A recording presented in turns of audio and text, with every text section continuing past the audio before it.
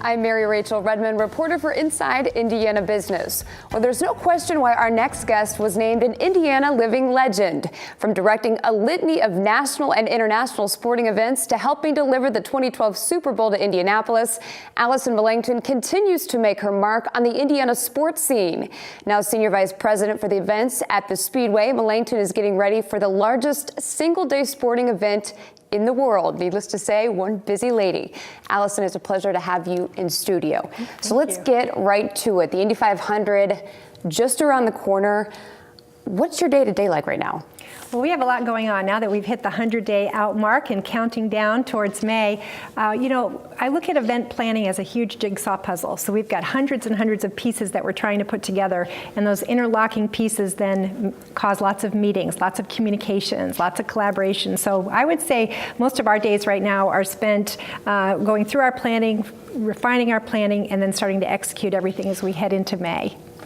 Are there any new twists we're going to see this upcoming race? Well, every year we try to certainly improve our spectator experience. The month of May is a global destination for so many people. So what we try to do every year is have different things for different people. So if one thing doesn't work for you, we've got something else. Because really we've got 30 days in May that we want people to come to Indianapolis, enjoy the track, enjoy the region.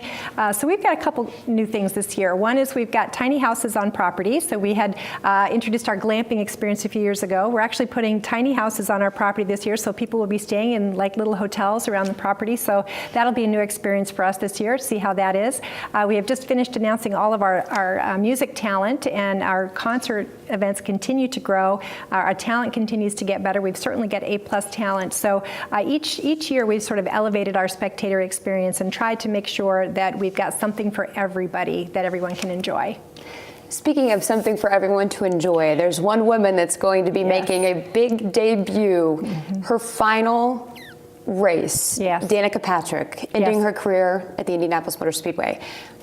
Your thoughts first of all, and secondly, how do you think this will affect ticket sales? Yeah, well, Danica's an incredible, had an incredible career. She's an incredible name. We're thrilled. She's picked us as our last race, and we've been working with she and her team to make sure she has a great experience, and we provide everything that she needs for her to be successful there. So we couldn't be happier that she's chosen us to end her career. And then we do think it'll have a positive effect on ticket sales. You know, there's a lot of Danica fans. Certainly throughout her different career in IndyCar and NASCAR, she's attracted a lot of fans, not just female, but also male. So we expect our ticket sales to get a little bump from her, and certainly she's always good for a great soundbite, so we'll be getting a lot of good media from her either way. You know, and kind of switching gears here to your personal journey, I would say not all, but many people think that the sports industry is really a male-dominated profession, and you've been in the thick of it for 25 years. How have you been able to succeed? You know, I've had a great career in, as you said, many male-dominated sports, certainly from the Super Bowl and now in racing. And the majority of the men that I work with have all been fabulous. I've had a great experience, and I've always looked at it as I just need to be the best that I can be. It's not male-female. It's I need to be the best I can be all the time. I started feeling that way very young as a female in these male-dominated sports, and that's an attitude that's worked really well for me, to be the best. I'm a very driven person, and if I'm the best, I'm going to be recognized for that. And so I have never really felt that sort of, you know, pull haul between the male-female part in this sport, even though I've always been in the minority. With your experience, how have you seen opportunities for women change over the years? Yeah, it's particularly the last 25 years. You know, when I first got into sports management, there were very, very few females. And then over time, that has really changed and shifted. And there's many women in leadership in worldwide in sports, but certainly in Indianapolis, the Colts, the Pacers, and so forth, all have women in leadership.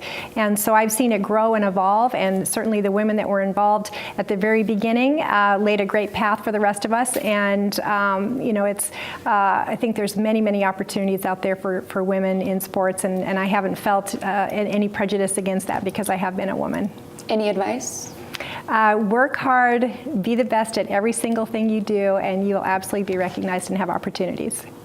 All right, Allison, thank you so much for joining us. And again, best of luck. May 27th, the Indy 500, the 102nd running. Yes. I'm sure you've got a lot to do. Yes. Thanks again. Thank you.